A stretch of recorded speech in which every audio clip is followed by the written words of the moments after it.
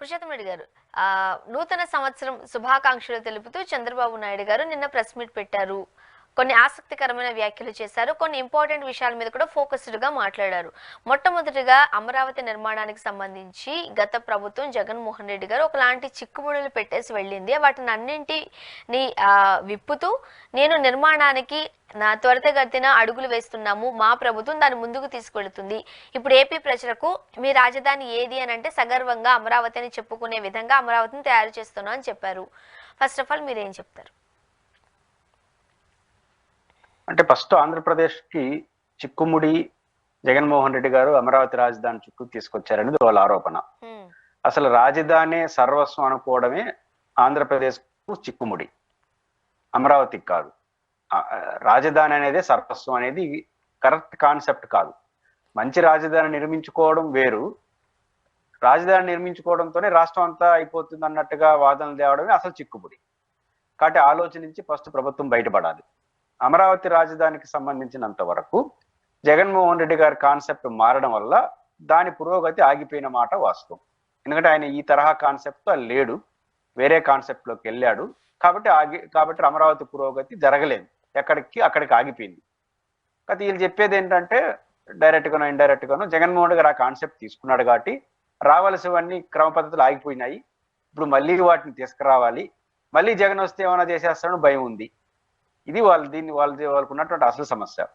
కాబట్టి రావాల్సిన ఇన్వెస్ట్మెంట్స్ అవన్నీ ఆగిపోయే చిక్కుముడిని అధిగమిస్తాను అన్నాడు. నో ప్రాబ్లం, అధిగమించవచ్చు. దానికి సరైన మోతాదులో సరైన పద్ధతిలో వెళ్తే ఇబ్బంది ఉండదు. కాబట్టి ఇప్పుడు అమరావతిలో ఫస్ట్ పాయింట్ అడుగేయాల్సింది కేంద్ర ప్రభుత్వం ద్వారా రావాల్సినటువంటి ఉచితంగా వచ్చే డబ్బులు, మామూలు భాషలో మాట్లాడాలంటే. రెండు, రాజధాని అంటే గుర్తొచ్చేది అసెంబ్లీ, సెక్రటేరియట్, రాజ్భవన్, హైకోర్టు, ముఖ్యమంత్రి కార్యాలయం. ఇదే రాజధాని అంటే ప్రధానంగా. ఇది ఫస్ట్ పూర్తి చేసేది. ఇది కేంద్ర ప్రభుత్వం డబ్బులు ఇస్తుంది. అప్పుడు ఇవన్నీ వేసేస్తే అసలు చిక్కుముడి ఇడిపోతుంది, మళ్ళీ క్రమంగా డెవలప్మెంట్ అవుతుంది. మనం దీని వదిలేసి వేరే దాంట్లో వెళ్తాం. కాబట్టి జగన్మోహన్ రెడ్డి గారి చిక్కుముడి మీరు ఇప్పుతానన్నారు కదా, ఇట్లా ఇప్పండి. రాజధాని అంటేనే రాష్ట్రం, రాష్ట్రం అంటే రాజధాని అనే కాన్సెప్ట్ మార్చుకోండి. అమరావతిలో మీరు ఇచ్చిన ప్రయారిటీ ప్రకారం చేసుకోండి. అంటే ఆ చిక్కుముడి ఇప్పేటప్పుడు కొంచెం పద్ధతిగా ఇప్పుకుంటే బాగుంటుంది. చిక్కుముడి జగన్మోహన్ రెడ్డి వేసాడని ఇప్పే పేరుతో కొత్త మూడులు వేయొద్దండి. కొత్త మూడులు అయినారంటే అది మీకే చుట్టుకుంటుంది. కాబట్టి అది ఆలోచిస్తే ప్రభుత్వం మంచిది. ముఖ్యంగా అంటే 1000 కోట్లు అమరావతి నిర్మాణానికి ఖర్చు పెడుతున్నారు. ఈ విషయంలో కూడా భిన్నాభిప్రాయాలు వ్యక్తమవుతున్నాయి. ఓ పక్క రాష్ట్ర ఖజానాలో డబ్బులు లేవంటున్నారు, సంక్షేమ పథకాల అమలుకు డబ్బులు లేవంటున్నారు, అది కూడా జగన్మోహన్ రెడ్డి గారు చేసిన తప్పిదమే అంటున్నారు. సో మనకి నిర్మాణాలు కావాలా, అభివృద్ధి కావాలా, మనకి కంటికి చూడడానికి హంగులు కావాలా, ప్రజల యొక్క అవసరాలు కావాలా, ఇలా రకరకాల భిన్న స్వరాలు వినిపిస్తున్నాయి ఏపీలో. ఏమంటారు?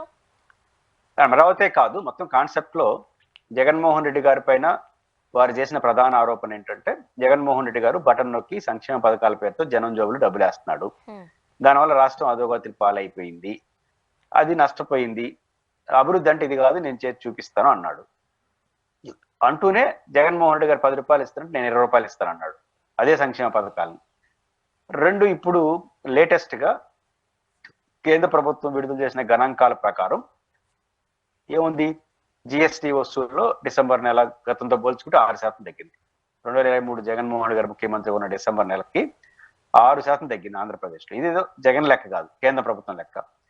భారతదేశంలో అన్ని రాష్ట్రాలు ఎంతో కొంత పురోగతుంది జిఎస్టీలో. ఆంధ్రప్రదేశ్లో జిఎస్టీ వసూల్లో 6% తగ్గిపోయింది. జిఎస్టీ అంటే ఏంటి? మనం వస్తువులు కొనుగోలు చేస్తే దానిపైన వేసే ట్యాక్స్ ని జిఎస్టీ రూపంలో మనం కేంద్ర రాష్ట్ర ప్రభుత్వాలకు వస్తాయి. అంటే ఒక రకంగా వస్తువులు ఎక్కువ కొంటున్నారంటేనే జిఎస్టీ వసూలు బాగా ఉంటాయి. ఎక్కువ వస్తువులు ఎప్పుడు కొంటారు? డబ్బు ఉంటేనే కొంటారు. వస్తువులు కొనుగోలు పడిందంటే ప్రజల చేతిలో డబ్బులు లేవనే అర్థం. కాబట్టి ప్రజల చేతిలో డబ్బులు లేని తనం అభివృద్ధి, ప్రజల చేతిలో డబ్బులు ఉండడం అభివృద్ధి. ఇప్పుడు జగన్మోహన్ రెడ్డి గారు అధికారంలో ఉంటే ఈ డిసెంబర్ నెల ఆఖరికల్లా ఇంకొక 10-20 కోట్ల రూపాయలు, 1000 కోట్ల రూపాయలు ప్రజల జోబుల్లో వేసుండేవాడు. అప్పుడు ఏమవుతుంది?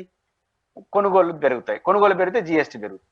ఇప్పుడు జగన్మోహన్ రెడ్డి గారు అమలు చేసిన సంక్షేమ పథకాలు అమలు చేయట్లేదు, ఒక పెన్షన్స్ తప్ప, సామాజిక పెన్షన్స్ తప్ప. దాంతో జిఎస్టీ మీద ప్రభావం పడిందా? ఇది అభివృద్ధి అంటామా? రెండు, ఇప్పుడు రైతు భరోసా జగన్మోహన్ రెడ్డి గారు ఇచ్చాడు. మనం అన్నదాత సుఖీభావ పేరుతో 20,000 ఒకేసారి ఇస్తారన్నాం. మీరు ఆ 20,000 ఇచ్చుంటే జిఎస్టీ పెరుగుంటుంది. ఇది సంక్షేమం జోబులు వేయడం కాదు. ఎందుకంటే ఒక రైతుకి 20,000 ఇస్తే ఏం చేస్తాడు? పంటలు పండడానికి కావాల్సిన ఫెర్టిలైజర్స్ కొంటాడు, పంటలకు కావాల్సినటువంటి ఎరువులు కొంటాడు, పంటలకు కావాల్సిన క్రిమి సంహార మందులు కొంటాడు. ఇవన్నీ అభివృద్ధి కదా. అవి కొంటే ఆడ ఫ్యాక్టరీలో ఉత్పత్తి పెరుగుతుంది, ఉత్పత్తి పెరిగితే ఆడ ఉద్యోగాలు వస్తాయి. సైకిలే కదా మొత్తం. కాబట్టి ఆ 20,000 రూపాయల సంక్షేమ పథకాలు ఊరికే ఇచ్చినట్టు అంటారు. అది పెట్టుబడి, అది పునరుత్పాదక దారితీస్తుంది, వ్యవసాయం అభివృద్ధి అంటుంది, మల్టీపర్పస్గా ఉంటుంది. కాబట్టి ఆ 20,000 తీసుకొచ్చి కొనుక్కుంటాడు కదా. రాష్ట్రంలో లక్షలాది మంది రైతులు కొనుక్కుంటే జిఎస్టీ పెరుగుంటుంది కదా, ప్రభుత్వానికి కూడా ఆదాయం వస్తుంది కదా. 20,000 కోట్ల రూపాయలు ప్రభుత్వం పెడితే దాంట్లో 5,000 కోట్లు తిరిగి ట్యాక్సుల్లో వచ్చేస్తుంది ప్రభుత్వానికి. మల్టీ లెవెల్లో డెవలప్మెంట్ ఉంటుంది. మరి ఇప్పుడు జగన్మోహన్ రెడ్డి గారు అవి చేశారు, మనం ఎందుకు చేయలే? పవిత్ర ఆయనకన్నా ఎక్కువ ఇస్తా, ఆయన 12,500 ఇస్తానంటే మనం 20,000 ఇస్తాను.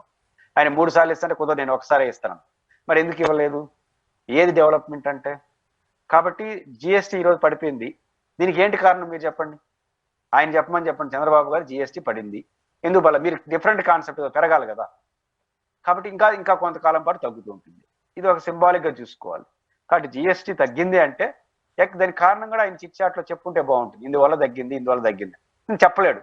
ఎందుకంటే జగన్మోహన్ రెడ్డి గారు ఉంటే ఇంకొక 20,000 కోట్ల రూపాయల సంక్షేమ పథకాలు చిండేవాడు, కాబట్టి జిఎస్టీ తగ్గింది అని అనలేడు. అంటే నువ్వు ఎందుకు లేదు అంటాం, అంతకన్నా ఎక్కువ ఇస్తామన్నా కదా అంటాం. కాబట్టి డెవలప్మెంట్ అంటే ఏంటో చంద్రబాబు గారు చెప్పాలి, చేసి చూపించాలి.